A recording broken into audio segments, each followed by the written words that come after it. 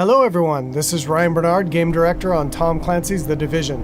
And today we're very excited to give you this exclusive walkthrough where we're going to follow a team of 3 players as they move through the Dark Zone. So here we have our group of 3 agents, Ryan, Megan, and Bronson, and we're going to be following them as they enter this very dangerous area in search of some awesome loot.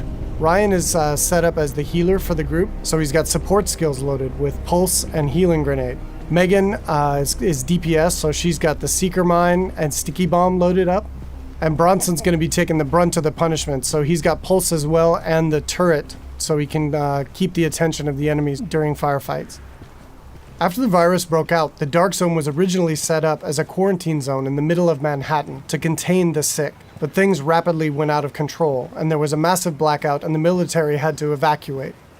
They had to leave their most powerful gear and weapons inside the Dark Zone. So this loot is extremely valuable to you as a player. But this also means that it's the most dangerous place in the game. This loot attracts a lot of attention, including other real players. The Dark Zone is a multiplayer gameplay space in our world, which you can seamlessly enter without any loading screens. Outside of the Dark Zone, you can play in teams of up to 4, but once inside, you can decide to collaborate with other agents or betray them, kill them, and take their loot. As we climb the wall to enter, you can see the UI starts to cut out, because once inside the Dark Zone, we lose our connection to the outside world. And this area is highly contaminated, so we can see the players put on their masks to protect themselves from the virus, and then they're set to go.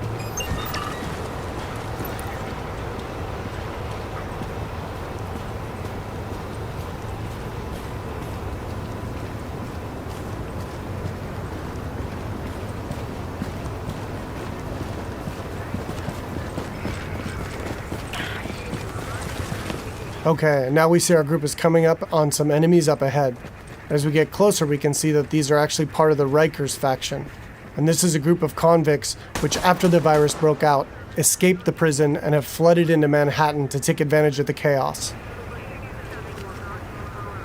Here we can see Megan does a pulse, which gives the group information about what enemy types and levels that they'll be facing.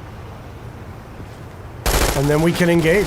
As you can see here, Bronson's going to go up right on top of him and take point, so he can take the attention of the enemies and draw aggro, and we can support him from behind with healing grenades, as you saw there, and covering fire. Using covers in the divisions is really important. You're going to be seeing the agents here as they move around flanking the different enemies, moving cover to cover, using height elevation to their advantage, and really trying to make sure that you're not exposed at any time, because when you're out of cover, you take a lot of damage from enemies. And it looks like we've only got a couple Rikers left here, and Bronson is really taking his role to heart and pushing right up into their face. And they've cleared him out. And here you can see Bronson's actually been a little bit too hardcore on this, and he's in what we call the down state. So since they're playing in a group, Ryan can head over and actually revive him so he doesn't die and need to respawn and run back to his group, and he can get right back into the action. And here we can see that Ryan's actually found a loot crate. And he's gotten extremely lucky and has gotten a legendary drop. But as we can see, it's actually contaminated. All gear and weapons in the Dark Zone are contaminated, and they need to be extracted before they can be actually equipped by the players or agents in the game. So in order to do that, our group is going to move to a nearby extraction point in Bryant Park. Once the group is inside an extraction area, they'll need to shoot up a flare which calls in a helicopter. Then they need to hold tight for 90 seconds and extract their goods. Alright, now we see our group has come across a different group of enemies, and these are the Cleaners. Cleaners used to work for the city of New York, but they got trapped on Manhattan when the quarantine was declared, and they've lost it. They want to, in their own minds, clean the city from the virus by burning anything and everything in their path, dead or alive. And this group of Cleaners is actually a tougher group of what we call elites in the game. They have much higher health pools and much higher damage output. So our group here is going to really have to work together using their weapons and skills to take them out. Of course, they drop much better loot and give a lot higher experience. We got Ryan seems to have moved up to a kind of a bad cover position here. He's taking damage from the right, and he's got a grenade coming in and he needs to move, and he's too slow. So he's going to need to top himself off with a nice self-heal. Alright, so now we've dealt with the Cleaners and we can move on towards the extraction area. But it looks like our group is not alone, and another group of players is in the same extraction area. In the dark zone, it's very important to find out player intention relatively quickly, whether or not they're friend or foe. But it looks like these two are not interested in engaging, so our group's going to continue on and try to get that legendary weapon out. Extraction detected. Proceed with caution. Another team of agents has actually started an extraction, and our group is going to move to investigate.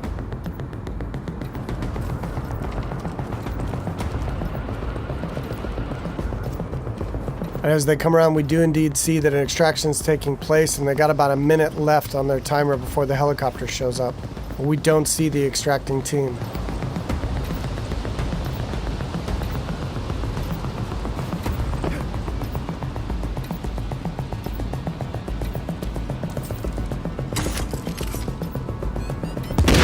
Oh, here we see that the extracting team actually got the jump on our group, and Bronson's been quickly down, and since they engaged on us, they have now been flagged as rogue, which puts a big bounty on their back for a certain period of time.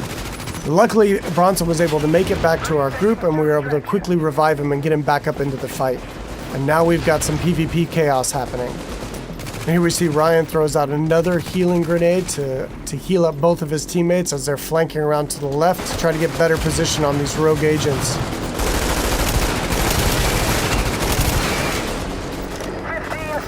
Alright, we see Megan's going to throw out another pulse, which really gives us good positioning on their locations. And here we can see another downside to going rogue in the dark zone. They have attracted another group of players, which is helping us take down this rogue group. And there we go. And of course, when you die in the dark zone, you drop any contaminated gear that you're currently carrying. It looks like the two groups now can divvy up the goods that they got from this rogue group. It looks like they've decided to just take out the new players and take all of the loot for themselves.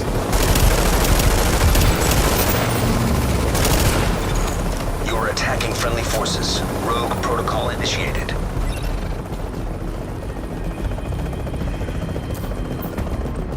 So now in order to secure this loot, to make sure it's theirs, they need to complete an extraction. So now our team has 90 seconds to control this area and to stay alive to get their loot out when the helicopter arrives. And you can see them fanning out into good cover positions here in case any other players come into the area or those groups that we engaged come back.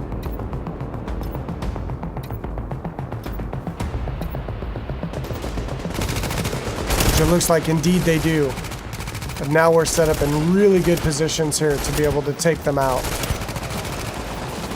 Bronson and Megan are laying down damage from the front line, and Ryan is supporting from behind. And again, it's really important in the game to make sure that you're always in cover whenever possible, and that you're not being flanked by any enemies. Here we see Ryan tossing a healing grenade as he runs past Bronson there. And they're going to focus on these two players here. 30 seconds to extraction. Straight in front of them. Now they got 30 seconds left to stay alive and control the area.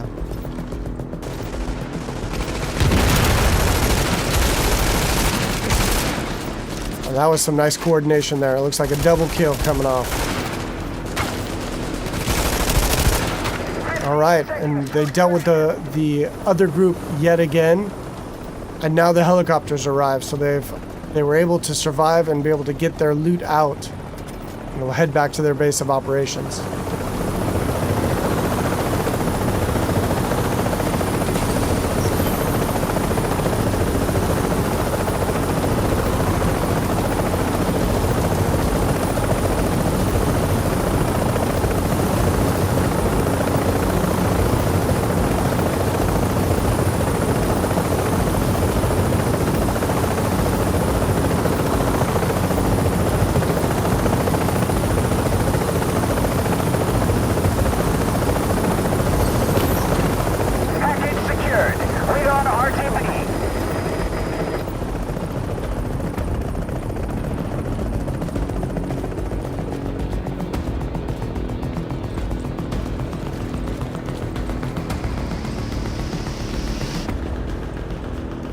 Now we can see the group is still flagged as rogue, and they're a very juicy target for other agents in the area.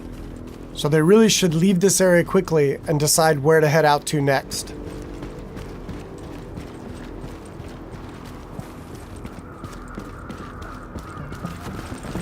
Alright, so that's it for today.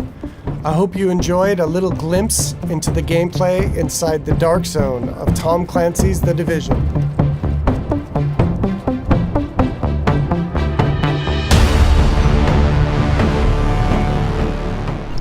Available March 8th, 2016. Sign up for beta now.